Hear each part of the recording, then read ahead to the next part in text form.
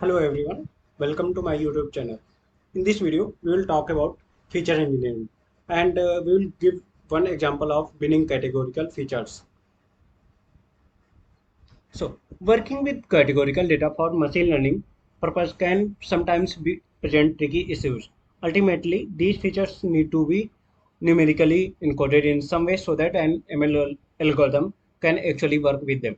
You will also want to consider additional methods for getting your categorical features ready for modeling. For example, your model performance may benefit from winning categorical features. This essentially means lumping multiple categories together into a single category. But applying domain knowledge, you may be able to engineer new categories and features that better represent the structure of your data. In this video, we will briefly cover why winning categorical features can be beneficial. Then we will walk through different methods for winning categorical features with specific examples by using NumPy and Pandas. So, why bin categories? With categorical features, you may encounter problem with rare labels, categories, groups that are extremely uncommon within your dataset. This issue is often related to features having high cardinality. In other words, many different categories. Having too many categories and especially rare categories leads to a noisy dataset. It can be difficult for an ML algorithm to cut through this noise and learn from more meaningful signals in the data. High cardinality can also lead to cuts of dimensionality if you choose to one hot encode your categorical features. If the original variable has 50 different categories, then by one hot encoding your categorical features, you are basically adding 49 columns to your dataset. Having too many categories can also lead to issues when training and testing your model. It is completely possible that a category will show up in the test dataset but not in the training dataset. Your model would have no idea how to handle that category because it has never seen it before. One way to address these problems is by engineering new features that have fewer categories. This can be accomplished through binning, that means grouping multiple categories into a single category. In the following example, we will be exploring and engineering features from a dataset with information about voter demographic and participation. I have selected three categorical variables to work with. First is party underscore city. This means that a registered voter's political party affiliation. And second one is voting method. How a registered voter cast their ballot in the election. And third one is birth state. That means the US state or territory where a registered voter was born. If you want to start applying these methods to your own project, you will just need to make sure you have both NumPy and Pandas installed, then import both. We can import pandas and numpy by just writing some code, import pandas as pd and import numpy as np. So using np.where to bin categories. First, let's check out why I choose party underscore city. The graph in the screen shows us how many individual voters belong to each political party. There are so few registered libertarians, constitutionalists, and members of the Green Party that we can barely see them on the graph. These would be good examples of rare labels. For the purpose of this video, we will define rare labels as those that make up less than 5% of the observations. This is common threshold for defining rare labels, but ultimately that's up to your discretion. As we can see that Republic Party has 69,079 votes and UNA has 57,488 votes and DEM party, I don't know what party is that, but that has 40,340 votes, and all of other parties have around 995 votes. CST has 96 votes and GRE has 72 votes.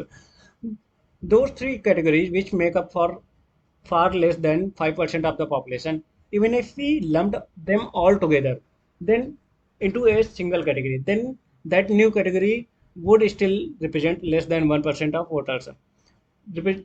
Republic and DEM represent the two major political parties, where as UNA represent voters that registered as unaffiliated with a political party. So here it could make sense to lump in our three categories.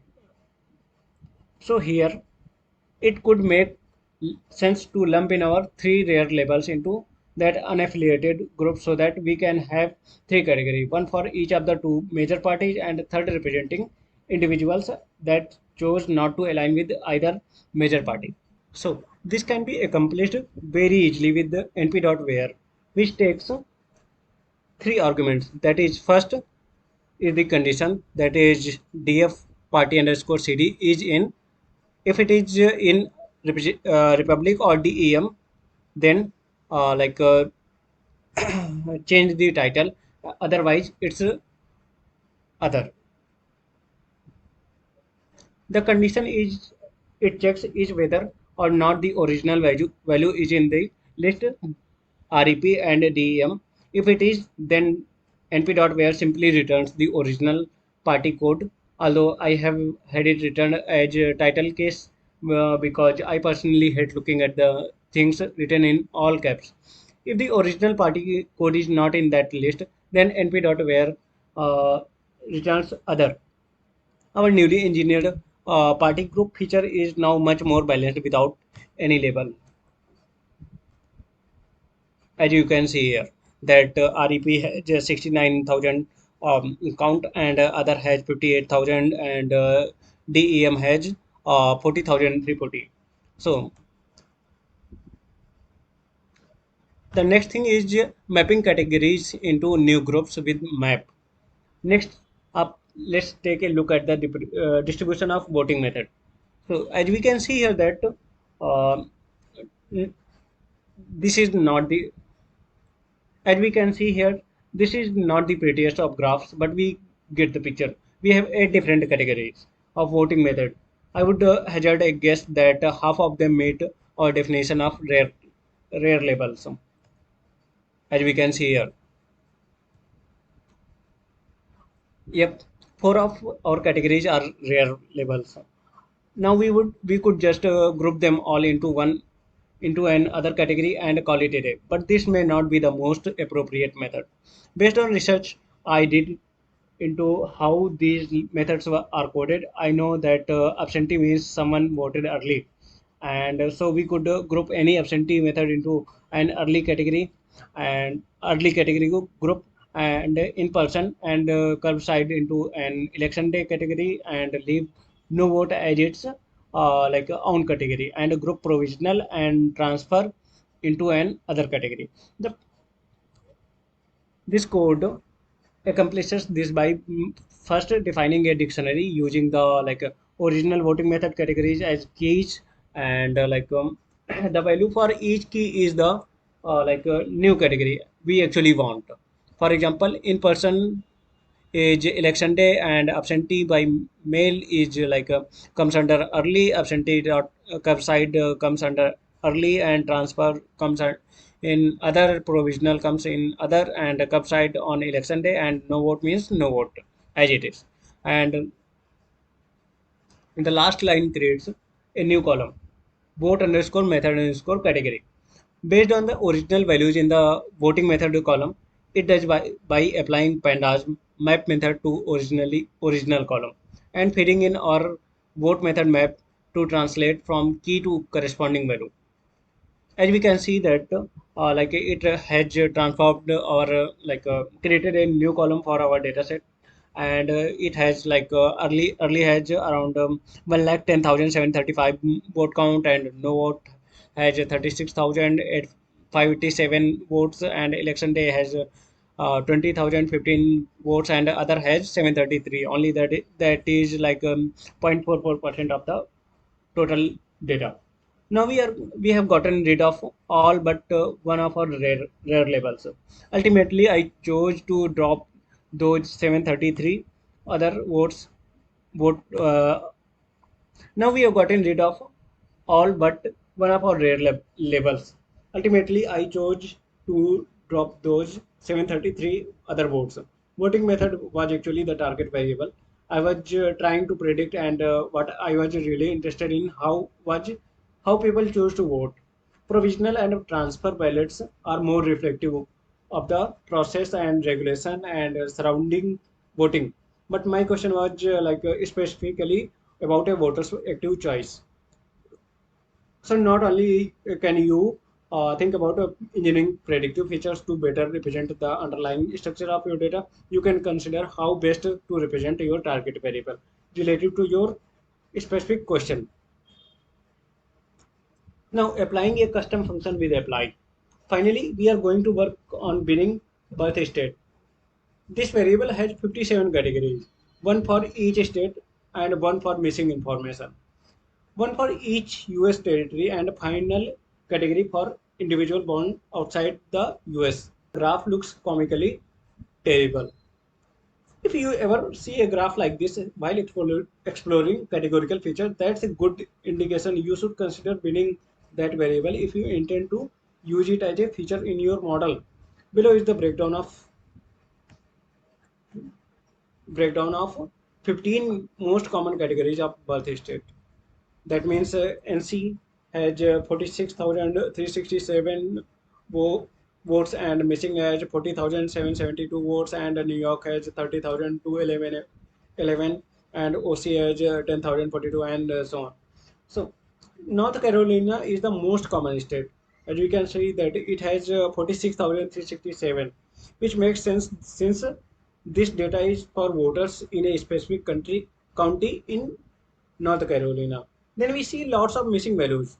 New Yorkers and more people born outside the US also make up the decent proportion of the population. The remaining 53 categories are rare labels based on our definition and will introduce a lot of noise into our modeling efforts. So let's group states by US Census region: Northeast, South, Midwest, and West.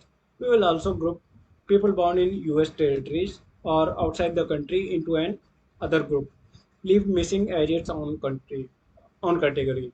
So we will do this by defining our on custom function. We will do this by defining our on custom function to translate from state to region, then apply that function to our original variable to get our new feature. Here is one way you could write a function to check each state and return the desired region or category.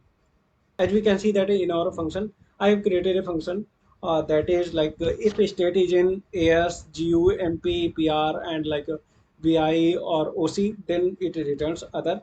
Otherwise, else if a state is in CT, ME, or these type of states, then it returns Northeast and so on.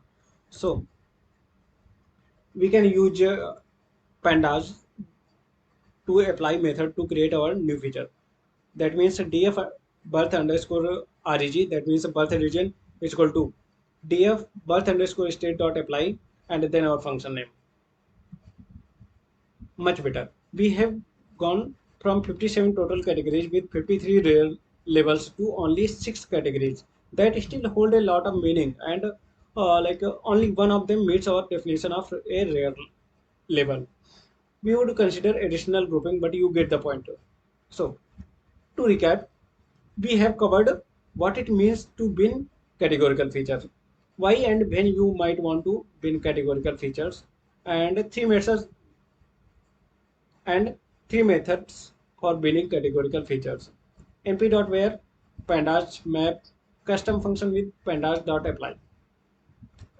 I hope you have found this video informative and are able to apply something you have learned to your own work. And thank you for watching. Please subscribe to my YouTube channel so that I can upload more videos like this. Thank you.